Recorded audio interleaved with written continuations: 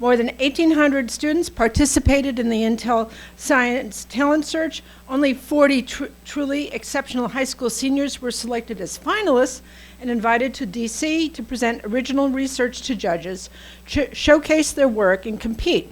One other Montgomery County student, Miss Yizing Yang from Richard Montgomery, was a finalist. And of the 300 semifinalists, 16 were from MCPS. Michael spent about 200 hours over the course of 2 years in this project.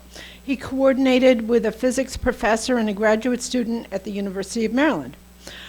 As we all know, Montgomery-Blair High School, with its science, mathematics, and computer science magnet program, has a great history with the competition. Well, I just wanted to certainly say that it's a proud moment as a fellow Blazer, an alumni of the Math Science, Computer Science magnet at Blair. It's great to see that programs that we continue through Montgomery County Public Schools really are enabling a lot of our students to shine in whatever their passion is. And that's truly what you see here today. Whatever your passion is, whether it's arts, whether it's science, giving the ability for folks to be able to really, truly pull out the best in themselves and highlight that and showcase not only the great things that they have inside them, but also the great work that's being done within our Montgomery County Public Schools is just absolutely tremendous. Michael Hofmann Weiner, it's Weiner, right? Or Winner? Weiner. A senior at Montgomery-Blair High School, was named one of 3 first-place winners in the prestigious Intel Science Talent Search competition, receiving the first-place Medal of Distinction for Innovation and a cash prize of $150,000.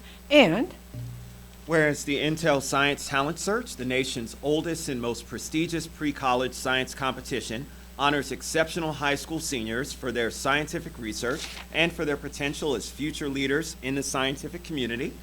And whereas Michael, who attends the high school that has produced more Intel finalists than any other school in the nation since 1999, produced a study that looked at how fundamental quasi-particles of sound, called phonons, interact with electrons, and we'll have a little class on that in a minute. And whereas organizers said that Michael's work potentially could be applied to more complex atomic structures, such as superconductors, and whereas the Medal of Distinction celebrates students whose great potential is exemplified by applying the problem-solving aptitude of an engineer through innovative design and creativity. And whereas Michael was honored on March 10, 2015, as Intel announced the winners at a black tie gala at the National Building Museum, now therefore be it resolved that the County Council of Montgomery County, Maryland, hereby honors and congratulates Michael Hofmann Weiner and for being named one of the nation's most promising young scientists, presented this 28th day of April in the year 2015 and signed by our council president, George Leventhal. Way to go, Michael. Thanks. So thank you for recognizing this accomplishment. We, the teachers and the staff at the Blair Magnet Program and Montgomery-Blair High School as a whole are very proud of all our students and very happy that Michael was honored with the first place prize at Intel STS. Thank you.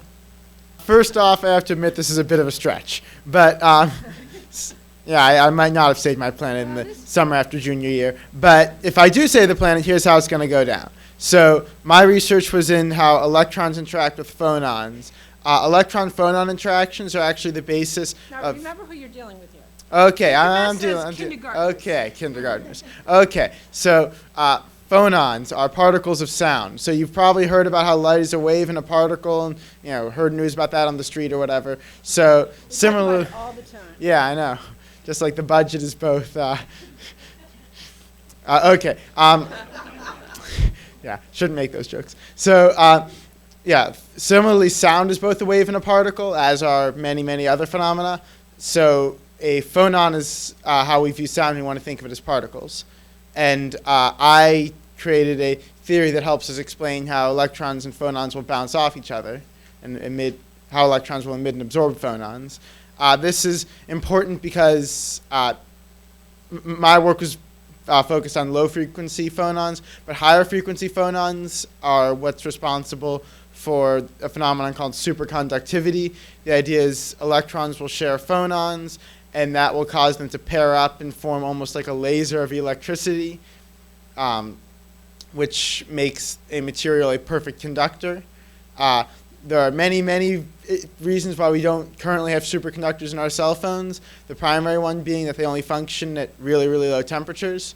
But hopefully my research will cause someone else in the future to raise that critical temperature and develop a better superconductor that works in a warmer regime, which will cut all our power bills in half and allow you to balance the budget.